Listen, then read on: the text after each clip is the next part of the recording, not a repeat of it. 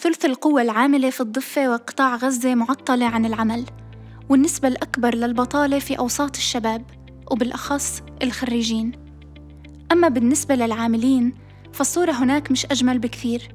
حوالي الثلث منهم بيتقاضوا أقل من الحد الأدنى للأجور، مع افتقادهم لكثير من حقوقهم العمالية، وعلى رأسها التأمين الصحي. لعلاج قضايا مثل البطالة أو حرمان العمال من حقوقهم، تظهر التعاونيات كنموذج بيختلف في تنظيم العمل عن القطاع العام والنموذج السائد في القطاع الخاص. في المشروع الخاص في مجموعتين، مجموعة بتشتغل وبتنتج مقابل أجر محدود، ومقابلها مجموعة ثانية تحصد الربح. بينما في التعاونيات في مجموعة واحدة بتنظم العمل بشكل تشاركي، والدخل بيتوزع بالتوافق بين أطراف متكافئة بالحقوق. القطاع التعاوني تكمن يعني في دور التعاونيات في إحداث التنمية الاقتصادية والاجتماعية، وخاصة لدى الفئات الفقيرة والمهمشة في المجتمع. التعاونيات بتخلي الناس ترجع تشتغل مع بعض بشكل جماعي وتفكر في قيم الجماعة، ما في خلاص فردي، في خلاص جماعي، وفرصة لكثير شباب بيواجهوا بطالة، فيش فرص عمل. بديل اقتصادي بيجمع كافة المحاور السياسية والاقتصادية والاجتماعية بمساحة معينة. الحفاظ على الأرض والعمل بالأرض لحديث فترة معينة، إذا تركت خالية بصير أملاك دولة بتتصادر بتروح للاحتلال. نفترض إذن إنه التعاونيات ممكن تلعب دور كبير في الاقتصاد الفلسطيني، ولكن مش هيك الحقيقة. ففي الوقت اللي بتساهم فيه التعاونيات بالاقتصاد العالمي وبنسبة كبيرة، بيبقى دورها في فلسطين محدود. شو اللي بيمنع إذن إنه نروح باتجاه التعاونيات الزراعية؟ يمكن لازم نرجع خطوة للخلف ونسأل شو اللي بيمنع نرجع للزراعة بالأساس. بدءاً بسنة 1967 سيطر الاحتلال على ثلث مساحة الضفة الغربية، ولاحقاً كرس سيطرته على المناطق المصنفة جيم بمصادرتها وبناء المستوطنات على أراضيها واحتكار مواردها الطبيعية، أو منع الفلسطينيين من الوصول إلها، وهي في معظمها أراضي زراعية والأكثر خصوبة والأصلح للإنتاج الزراعي.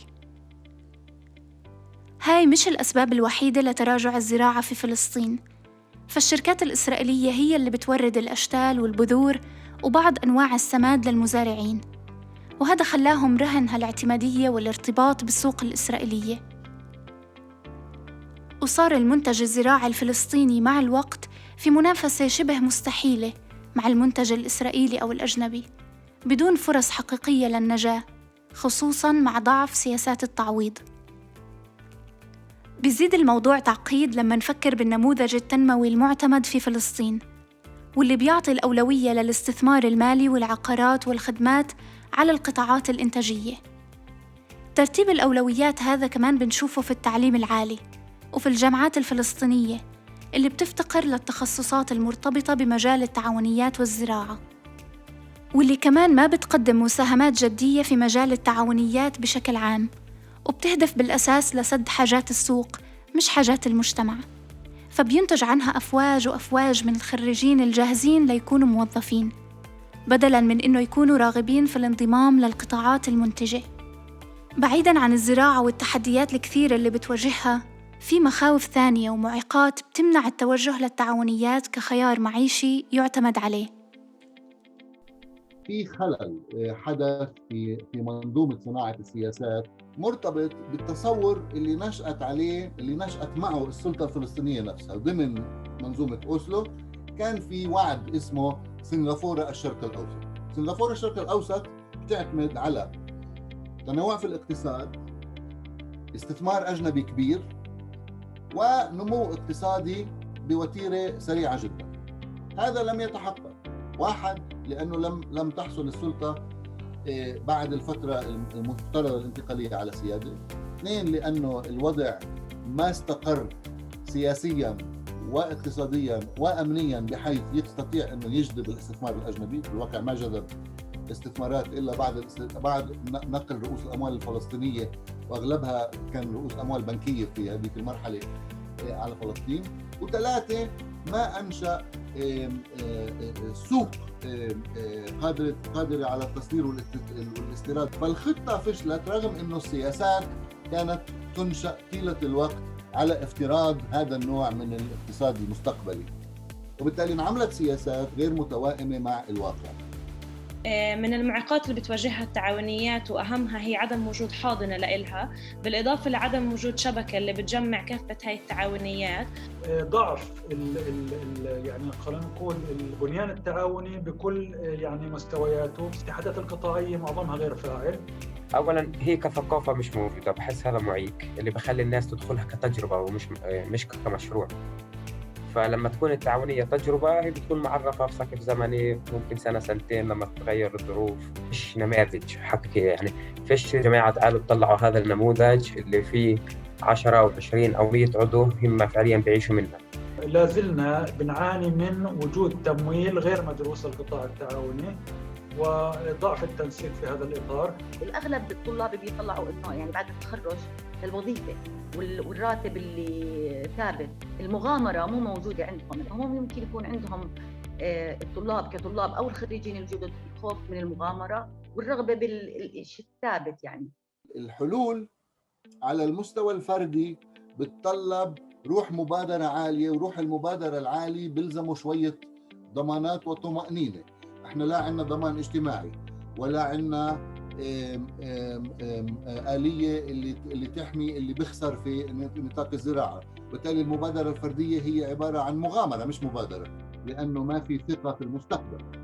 ولكن الثقة في المستقبل مرتبطة بطبيعة النظام السياسي أو مرتبطة بإيجاد سياسات الناس فيها عندها القدرة على أنها تصمم مستقبلها، ما تكون مرتبطة بتقلبات السوق اللي بتحكم فيها القطاع العام اللي له علاقة بالسياسة العامة، واللي بتحكم فيها القطاع الخاص اللي بيخضع أيضاً للسياسات الدولية. القطاع الوحيد اللي أنا باعتقادي بيقدر يتصمم وفق الطاقة المحلية والموارد المحلية هو القطاع التعاوني. مشيت مع مجموعة من الطلبة، مشيت معاهم على أساس إنهم يشكلوا جمعيات، وجبت لهم المؤسسات اللي بتساعدهم لإنشاء الجمعية. لكنهم واجهوا مشكلة اللي هي مشكلة البنك. يعني البنك نفسه ما رضي يفتح لهم حساب إنهم يكونوا جمعية. البنك ما رضي يفتح لهم حساب على أساس إنه في كأنه قرار بعدم فتح حسابات للجمعيات التعاونية. لحتى تسجل التعاونية بشكل رسمي فهي محتاجة ل 15 عضو يكونوا جزء من هاي التعاونية، وهذا العدد كتير كبير بالنسبة للتعاونية اللي بدها تحقق إنتاج وبدها تحقق مردود اقتصادي. ضمن هالمعطيات بصير الإنتاج التعاوني الزراعي بيتطلب جهد مضني محمل بمخاطر عالية في مقابل مردود ضئيل. تظهر وقتها البطالة كخيار عقلاني، فانتظار الفرصة، الوظيفة، الحلم، حتى لو كان هالانتظار طويل، أفضل من الجهد المضني. هل هذا معناه إنه التعاونيات مكتوب عليها الفشل؟ التعاونيات بالتأكيد مش محكومة بالفشل، ولكن في مجموعة من الشروط اللي لازم تتحقق عشان نضمن تطورها ونجاحها. يعني أنت بتحكي عن شاب خريج جديد منيح، يوم تطلب منه رسوم وضريبة ومش ضريبة ومش عارف إيش، بتنفر من الموضوع. هذا في القانون لازم تكون له خصوصية، يعني خاصة قطاع الشباب في التعاونيات. بعد فترة 2 أو 3 من تطبيق هذا القانون يعني لمسنا في هيئة العمل التعاوني أن هنالك بعض الثغرات وبعض النواقص التي تشوب هذا القانون، وكان لابد من فتح هذا القانون من جديد ويعني إجراء دراسي له ومحاولة يعني سد هذه الثغرات، وتم يعني طرح بعض التعديلات على القانون. بالنسبة للعدد الجمعيات التعاونية، عدد الأعضاء المطلوب لتشكيل جمعية تعاونية اللي هو كان في القانون الأصلي 15 عضو، إعادة دراسة هذا الموضوع بحيث إنه يعني يتم يعني إعطاء خصوصية لكل قطاع فرعي لما بدنا نحكي عن هذا العدد. موضوع المادة اللي تتعلق بالضرائب والرسوم، إنه الجمعيات التعاونية تعفى من كل ما هو له علاقة بالضرائب والرسوم. نشر الوعي عن عن مفهوم التعاونيات بين أوساط الطلاب، يكون في مساحة في كل مدرسة اللي الطلاب بيعتنوا فيها وبنتجوا منها، غير إذا كان في إمكانية لأنواع أخرى من التعاونيات. إحنا بحاجة لأنه ندخل مفهوم التعاونيات في الخطط الدراسية، نعمل ورشات توعية أكثر للطلبة على أهمية التعاونيات، يعني هيكليتها. هذا كلياته بيساهم بتعزيز الفكر التعاوني والعمل التعاوني. أكيد مؤسسات التعليم العالي أنا بعتقد أنها لازم تدرس الواقع وتبني عليه، لازم تطلع على احتياجات المجتمع وتبني عليه، وليس ما يسمى باحتياجات السوق، لأنه احتياجات السوق غير قادرة على تلبية احتياجات المجتمع، وإلا ما كان في حجم البطالة الموجود. بالزراعة الموضوع حتى شوي أصعب، لأنه في مشكلة بالأراضي والمياه اللي الكل بيحكي عنها، ولكن حتى هذا بشكل أو يعني بشكل ما ربما بإمكان إنه نبحث له عن حلول على المستوى المايكرو، على المستوى المصغر، وليس على مستوى السياسات العامة. مرة ثانية لأنه ما في سيادة على الأرض مشان نعمل سياسات عامة، لازم نطلع على سياسات مرنة. أي مبادرة بتساهم في التسويق أو بتساعد في ربط التعاونية في المستهلك هي مهمة. وهذا برضو جهد التعاونيات كيف تبحث عن بعضها وتعمل شبكة تعاونيات، واللي هو إحنا بنأمل لقدام يوصل لمرحلة حراك تعاوني. وحتى مع تقديم كل التسهيلات واللي بتخلق ظروف أفضل للتعاونيات، هذا الحكي ما بيمس القطاع الخاص، لأنه القطاع الخاص غير قادر على استيعاب حجم البطالة الموجودة عندنا اليوم. ويمكن حتى يكون إنشاء تعاونيات جديدة بيأثر بشكل إيجابي على القطاع الخاص، فدعم التعاونيات بقلل البطالة وبالتالي بيزيد الإنتاج وبيساهم في زيادة الاستهلاك، وهذا بيعني توسيع الدائرة الاقتصادية. هذه العوامل كلها ما بتقتصر فقط على التعاونيات الزراعية، فممكن تنطبق على التعاونيات الحرفية وغيرها.